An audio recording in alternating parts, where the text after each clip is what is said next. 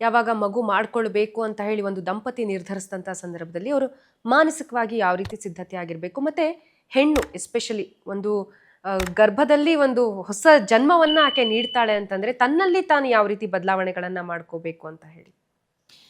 ಇದು ಇವಾಗ ನೀವು ಸಹಜವಾಗಿ ಆಗೋವ್ರಿಗೆ ಅದನ್ನೆಲ್ಲ ತಾನಾಗೆ ಹಾಕ್ಕೊಂಡು ಹೋಗುತ್ತೆ. ಬಟ್ ನಾವು ಎಲ್ಲರೂ ಒಂದು ಸಲ ಏನು ಅವರೆಲ್ಲ ಸರಿಗಿದ್ದರೂ ಕೂಡ ಒಂದು ಸಲ ಬಂದು ಮಾರ್ಗದರ್ಶನ ಆಪ್ತ ಸಮಾಲೋಚನೆ ಮಾಡ್ಕೋಬೇಕು. ಅದೇ ಯಾವುದಾದ್ರೂ ಡಿಫಿಷಿಯನ್ಸಿ, ಈಗ ಫಿಸಿಕಲಿ ಅವ್ರನ್ನ ಪ್ರಿಪೇರ್ ಮಾಡೋದು, ಮಾನಸಿಕವಾಗಿ ತಾಯ್ತನಕ್ಕೆ ಮಾನಸಿಕವಾಗಿ ತಯಾರಾಗಬೇಕು.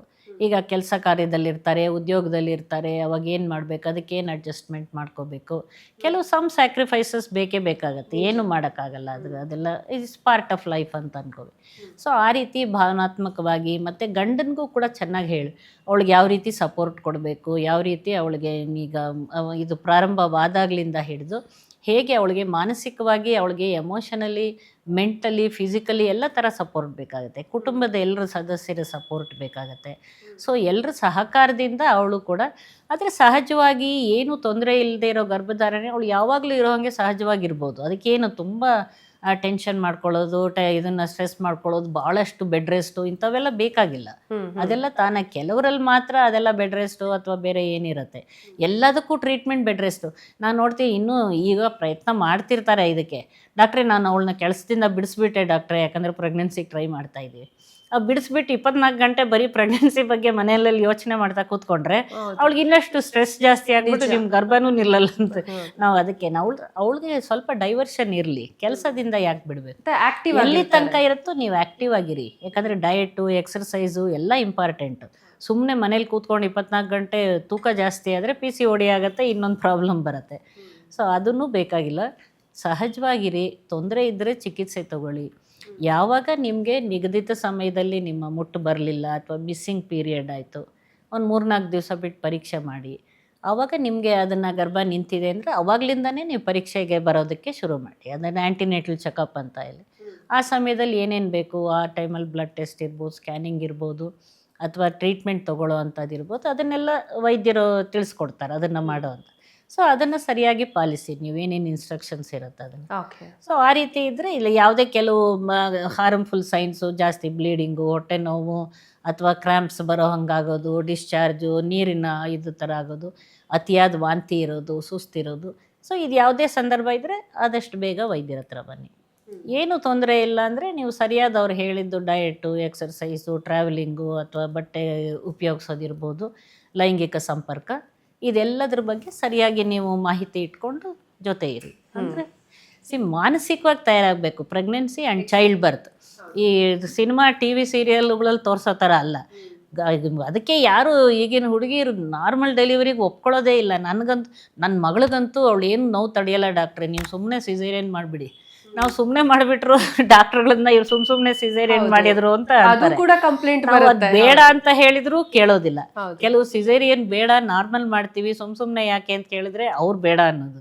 ನಿಜವಾಗಿ ಬೇಕೇ, ಇನ್ನೇನು ಈ ಗರ್ಭಕೋಶದಲ್ಲಿ ಅಬ್ಸ್ಟ್ರಕ್ಟೆಡ್ ಲೇಬರ್ ಆಗಿದೆ, ಬೇಬಿ ಡಿಸ್ಟ್ರೆಸ್ ಆಗಿದೆ, ಅದು ಯೂಟ್ರಸ್ಸೇ ಹರಿದೋಗುತ್ತೆ, ಇದನ್ನು ಮಾಡಬೇಕು ಅಂತ ಹೇಳಿದ್ರೆ ಏನಾದರೂ ಒಪ್ಕೊಳ್ಳದೆ ಇರೋ ಅಂತ ಕೆಲವರು ಪೇಷಂಟ್. ಡಾಕ್ಟ್ರು ಸುಮ್ಮನೆ ಸಿಸೇರಿಯನ್ ಮಾಡ್ತಾರೆ ಅನ್ನೋದು ಒಂದು ದುಡ್ಡಾಸೆಗೋಸ್ಕರ ಮಾಡ್ತಾರೆ ಅಂತ. ಸೊ ಇದೆಲ್ಲ ಭಾವನೆಗಳು ಹೋಗಬೇಕು. ಮತ್ತು ಸಹಜ ಪ್ರಸವ ಈಗಿನ ಪರಿಸ್ಥಿತಿನಲ್ಲಿ ನಮಗಿರೋವಂಥ ಪೇಯ್ನ್ ಕಿಲ್ಲರ್ಸು ಮತ್ತು ಅದನ್ನು ಆದಷ್ಟು ಬೇಗ ಕ್ವಿಕ್ಕಾಗಿ ಡೆಲಿವರಿ ಮಾಡೋ ಅಂಥದ್ದು, ಇದಕ್ಕೆಲ್ಲ ನಾವು ಫೆಸಿಲಿಟೀಸ್ ಇರಬೇಕಾದ್ರೆ ಭಯ ಪಡೋ ಅವಶ್ಯಕತೆಯೇ ಇಲ್ಲ.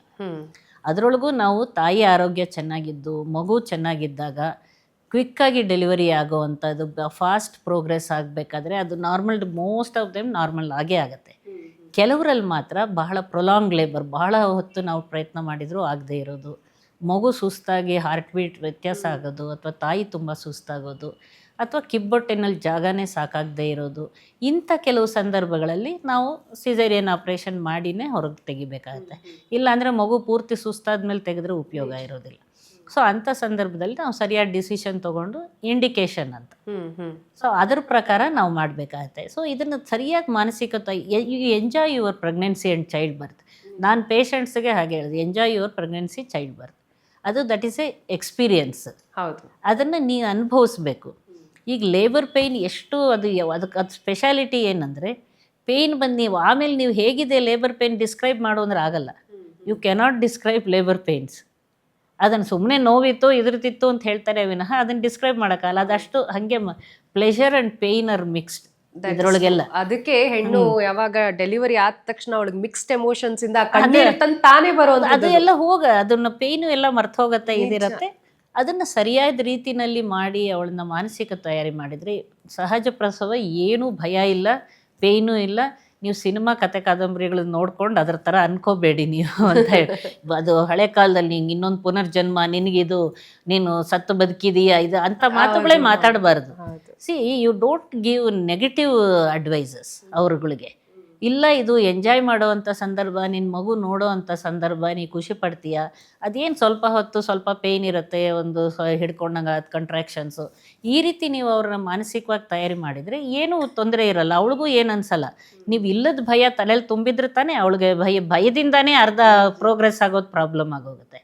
ಅಜ್ಜಿ ಅಂದ್ರ ಕಾಲದಲ್ಲಿ ನಮ್ಮ ಅಜ್ಜಿ ಅಂದ್ರನ್ನೆಲ್ಲ ನೋಡಿದ್ರೆ ಒಂದು 6 ಮಕ್ಕಳು, ನಮ್ಮ ತಾಯಂದ್ರನ್ನೆಲ್ಲ ನೋಡಿದ್ರೆ 3-4 ಮಕ್ಕಳು. ಈಗಿನ ಜನರೇಷನ್ ಅಲ್ಲಿ ಒಂದೊಂದು ಮಕ್ಕಳು. ಹೌದು, ಅದೂ ಕಷ್ಟ, ಅದು ಬೇಡ, ಅದಕ್ಕೂ ಟ್ರೀಟ್ಮೆಂಟ್ಸ್ ಅಲ್ಲ, ಅದು ಬೇಡ ಅನ್ನೋರೇ ಈಗ ಎಷ್ಟೋ ಜನ ನಾವು ನೋಡ್ತಾ ಇದ್ದೀವಿ. ನಾವು ಡಿಂಕು ಸಿಂಕು ಎಲ್ಲ double income no kids, single income no kids ಅಂತ ಹೇಳ್ಬಿಟ್ಟು ಈಗ ಅದನ್ನು ಕೂಡ ಎಲ್ಲ ಬರ್ತಾ ಇದೆ.